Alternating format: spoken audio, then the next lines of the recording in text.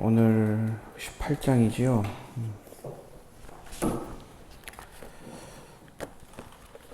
지금 부자가 나오지 않습니까? 이 18절 바로 앞에 보면 15절부터 어린 아이 이야기가 유명하잖아요. 내게 가까이 오는 것을 막지 말라. 어린 아이와 같은 그런 순진함, 단순함, 그런 믿음을 우리 주님은 좋아하시죠. 이제 또 반대의 인물이 등장합니다. 이 관리. 4대 공간복음에 다 등장을 하거든요.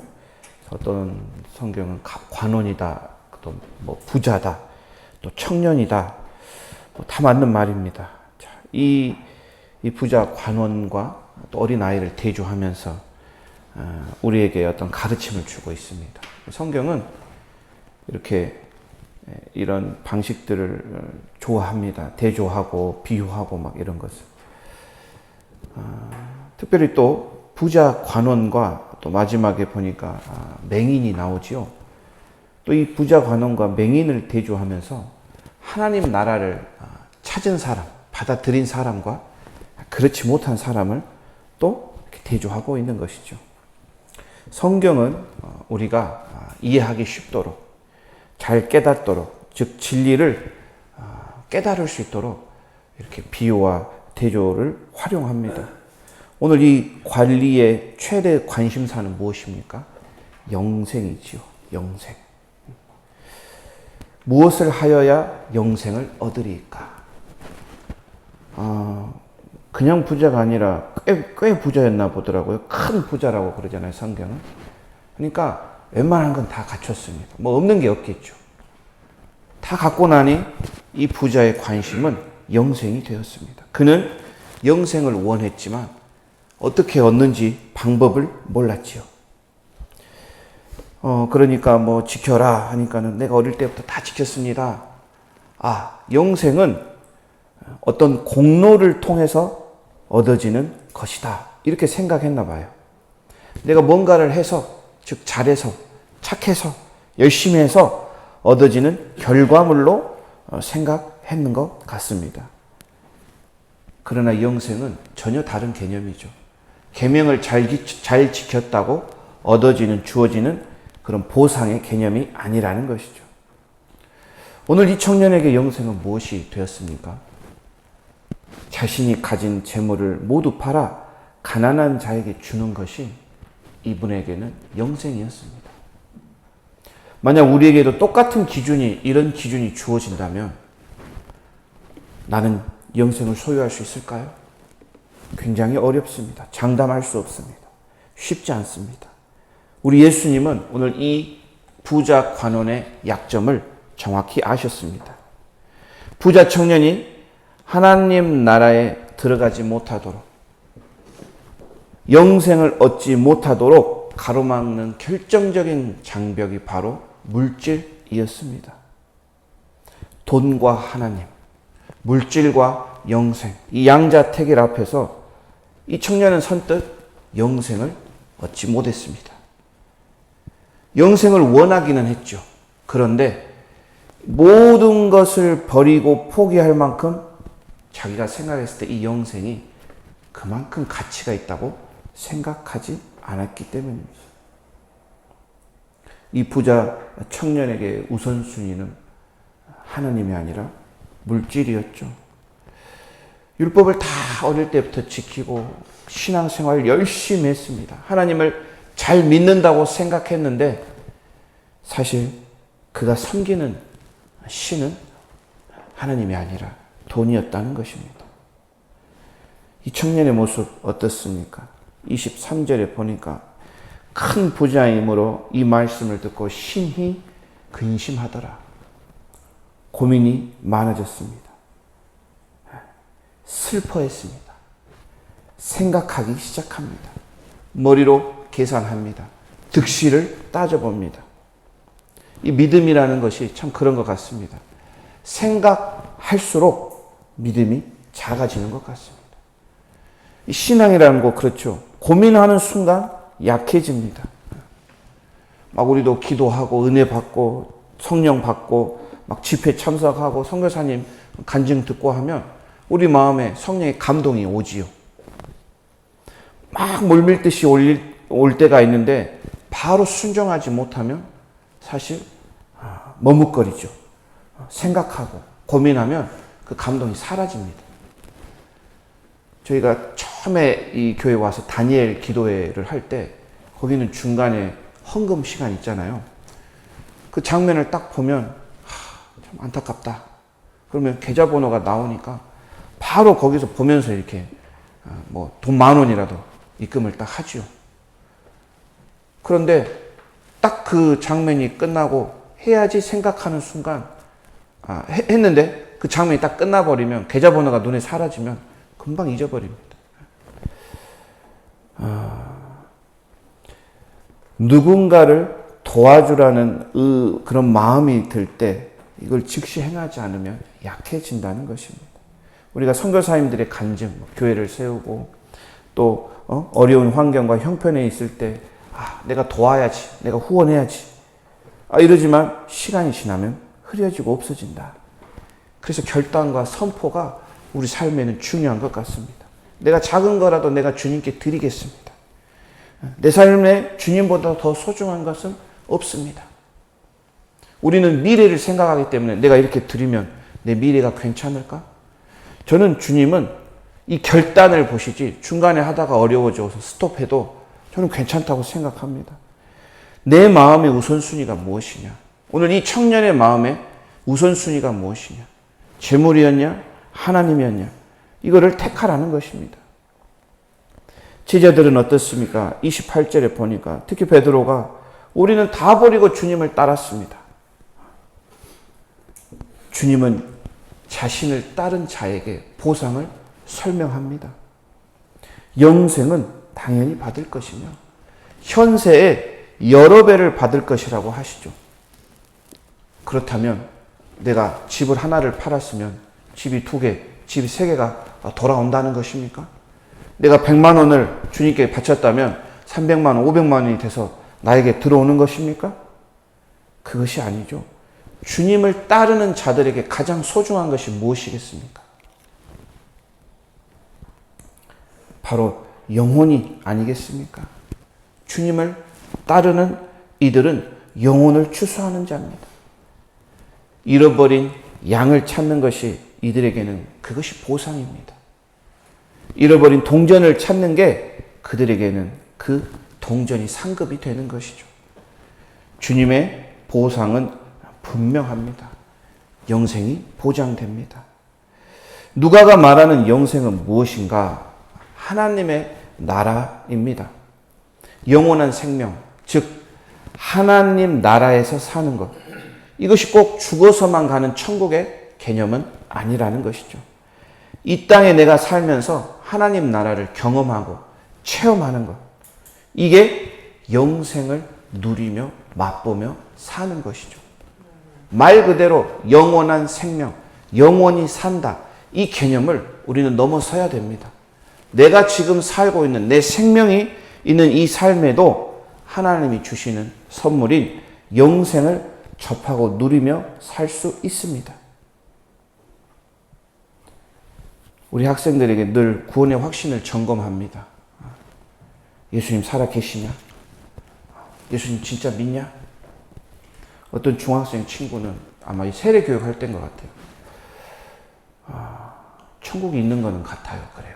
그러면 천국 갈 수 있겠니? 그러면 저는 갈 것 같아요. 왜 그러냐니까 다 배웠는데 뭐라고 하냐면 저는 좀 착한 것 같아요. 저는 별로 나쁜 짓을 안 해요. 착한 애예요. 그러니까 막 남을 해친다거나 뭐 험담을 하거나 뭐 나쁜 마음을 갖는다거나 착해서 선해서 천국에 간다고 생각하죠. 참 어린아이와 같은 마음이죠. 근데 이 어린아이의 마음에도 자기가 무언가를 해서 내가 잘해서 다른 사람에게 뭐 좋은 말을 하고 선한 영향을 끼쳐서 천국에 가야 한다. 그렇게 해야 구원을 얻는다. 영생을 받는다. 이렇게 생각하죠. 어떤 고등학생은 이럽니다. 예수님을 믿기만 하면 천국 간다고요? 이렇게 딱 이야기해요. 믿으면 천국 간다고요? 너무 쉬운 거 아닌가요? 그럼 사람들이 다 믿죠. 안 믿는 사람이 어디 있어요? 한번 길거리를 나가보거라. 이 쉬운 거를 하지 않는 사람이 너무 많죠. 계속 가르치죠. 영생이 무엇이냐, 복음이 무엇이냐. 늘 우리 자신도 점검해야 합니다. 오늘 이 부자의 관원의 결말은 뭡니까? 심히 근심한 겁니다. 근심하고 돌아갔습니다. 자기 갈 길을 간 거죠. 예수 따르는 삶을 포기한 것이죠. 내일은 삭개오가 나옵니다. 삭개오도 세리의 장이니까 굉장한 부자였지요.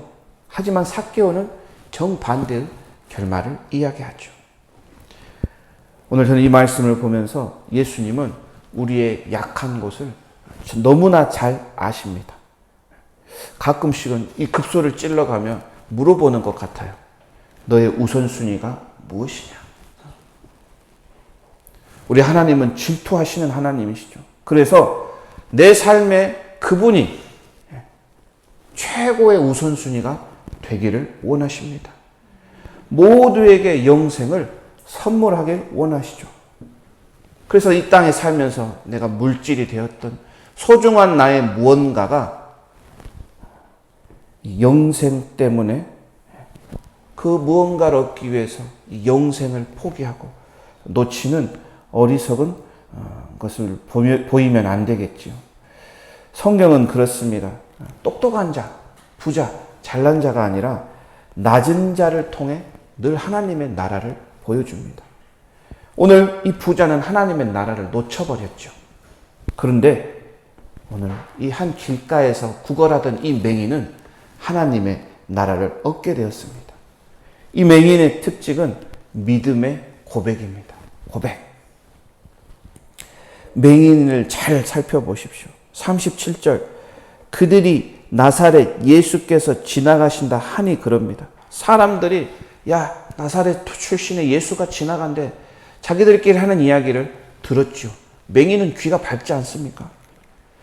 이 예수가 이 맹인 안에 들어오니 무엇이 되었습니까? 38절에 보니까 뭐라고 외칩니까? 다윗의 자손 예수요.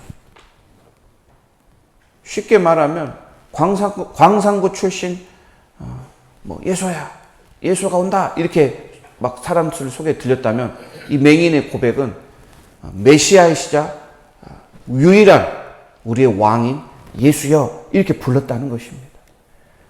맹인에게는 예수가 메시아가 되었습니다. 자신의 운명을 바꿔줄 구세주로 믿었습니다. 누구도 그 의지를 꺾지 못했죠. 사람들이 막 뭐라고 하지 않습니까? 꾸짖어 잠잠하라. 이러니까 더 크게 외칩니다. 더 크게 고백합니다. 예수여 나를 불쌍히 여겨주소서. 이 맹인은 예수가 메시아이면서 자신을 구원할 유일한 길임을 믿었고 확신했습니다. 그리고 자신의 눈을 뜨게 해줄 유일한 분이라는 사실을 이는 알고 있었습니다. 예수를 만나러 가는 길은 늘 이렇게 방해가 있습니다. 사람들이 꾸짖기도 하고요. 말을 많이 합니다. 자기들의 기준과 가치관으로 열심히 옆에서 조언합니다. 믿어서 뭐하냐?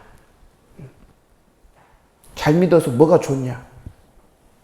내가 믿어보니까 나는 별거 없더라. 그래서 안 믿는다. 옆에서 자꾸 방해를 하죠. 사람들은 어린 아이를 예수님께 오는 것을 막았죠. 왜냐하면 무시하기 때문이죠. 오늘 이 맹인을 막지 않습니까? 사람들이 나를 무시하기도 합니다. 그러나 맹인의 입장은 다르죠. 정말 끈질긴 과부처럼 들러붙습니다. 물러서지 않습니다. 이 맹인의 소리를 들으신 예수님께서 오라 하시죠. 부르짖고 궁핍에 처하고 간절하게 자기를 찾는 자를 절대 우리 주님은 외면하지 않으십니다. 왜냐하면 예수는 그런 사람들을 위해 이 땅에 오셨기 때문이죠. 40절에 묻습니다. 무엇을 하여 주기를 원하느냐? 무엇을 하여 주기를 원하느냐? 오늘 이 예수님은 늘 나를 주목하시는, 우리를 주목하시는 분이십니다. 가시던 길을 멈췄습니다. 하시던 일을 멈췄습니다. 그리고 오늘 또 나에게 물어보시죠. 내가 원하는 게 무엇이냐? 어떤 도움이 필요하냐? 네가 풀지 못하는 문제가 무엇이냐? 그렇다면 어떻게 대답할 것입니까? 이 맹인은 구걸하는 거지였죠. 이 거지에게 너 원하는 게 뭐야? 라고 물어보면 당연히 먹고 살 걱정입니다. 물질적인 도움입니다. 이제 어둠은 익숙합니다. 그가 바라는 것은 먹고 사는 아주 본질적인 문제죠. 그런데 이 맹인은 자신의 굉장히 근본적인 문제 해결을 요청합니다. 눈을 뜨는 것, 보는 것이죠. 여러분은 어떻습니까? 무엇을 원합니까? 어떤 도움을 받고 싶습니까? 물질적으로 풍요해지고 자녀들의 문제가 자녀들이 잘 되고 행복해지고 좀 출세하고 이런 것을 원하십니까? 아니면 오늘 맹인처럼 나의 근본적인 문제, 하나님 나라를 얻는 것, 영생을 얻는 것, 구원을 얻는 것에 더 관심이 있습니까? 우리는 영적인 소경이 되어서는 안 될 것입니다. 영의 눈을 떠서 하나님 나라를 볼 수 있어야 합니다. 그래서 나의 영적인 부흥을 구해보시기 바랍니다. 내가 아니라 하나님의 나라와 하나님의 뜻을 구하고 이루는데 그런 간구 기도를 하면 어떨까 합니다. 43절을 한번 같이 읽어보겠습니다. 시작. 곧 보게 되어 하나님께 영광을 돌리며 예수를 따르니 백성이 다 이를 보고 하나님을 찬양하니라. 아멘. 이 구걸하는 사람은 이제 더 이상 거린이 아닙니다. 예수의 제자가 되었습니다. 주님을 만나면 이렇게 되죠. 예수님을 만나면, 예수님과의 만남이 진지하다면, 진실이었다면, 진심이라면, 정말 예수가 나의 메시아라면 예수를 안 따르고는 백일 수가 없습니다. 잠깐이 아니죠. 평생 따라갑니다. 마가복음은 이 사람의 이름을 밝히죠. 누굽니까? 바디메오지요. 어떤 기록가는 이렇게 글을 기록했습니다. 이 바디메오는 예루살렘에서 굉장히 중요한 일꾼이었다. 지도자였다. 그리고 43절 말씀 그대로 평생 하나님을 예배하고 찬양하며 영광 돌리는 삶을 살았다고 기록했습니다. 오늘 말씀을 정리합니다. 나의 인생은 어떤 삶이 되면 좋겠는가? 오늘 본문은 영생을 갈구하던 이 부자 간원과 길거리에서 구걸하던 맹인을 우리 앞에 세워두고 묻습니다. 부자처럼 고민하고 근심하며 계산하다가 예수를 떠날 것인가? 아니면 맹인처럼 정말 주님을 만나 경험하면서 평생 예수 제자의 길을 따라갈 것인가? 믿음은 좀 심플해야 됩니다. 단순해야 돼요. 순수해야 돼요. 계산이 들어가는 순간 복잡해집니다. 내 생각이 들어가는 순간, 내 머리가 돌아가는 순간 꾀를 부리게 되지요. 그래서 우리는 매일매일 하루하루 단순하게 예수님 내 주인이시고 내가 오늘 그분을 찬양하고 그분의 말씀을 새겨 듣고 하루하루 주님께 영광 돌리고 주님을 증거하는 그런 삶을 살아갈 때, 그렇죠? 그게 우리에게 영생을 누리고 맛보는 삶인 줄 믿습니다. 함께 기도하겠습니다. 하나님 아버지 감사합니다. 이렇게 매일 아침 저희들에게 말씀 주셔서 감사합니다. 오늘 특별히 이 부자 관원과 바디메오의 말씀을 우리가 보면서 하나님 나라, 하나님이 우리에게 선물로 주시는 그 은혜의 영생을 어떻게 얻을 수 있는지, 또 이 영생을 얻어서 누리며 사는 것이 무엇인지 우리가 오늘 보게 되었습니다. 하나님, 내 삶의 우선순위가 주님이 되기를 원합니다. 내 인생의 최고의 목표가 예수 우리 주 그리스도가 되기를 원합니다.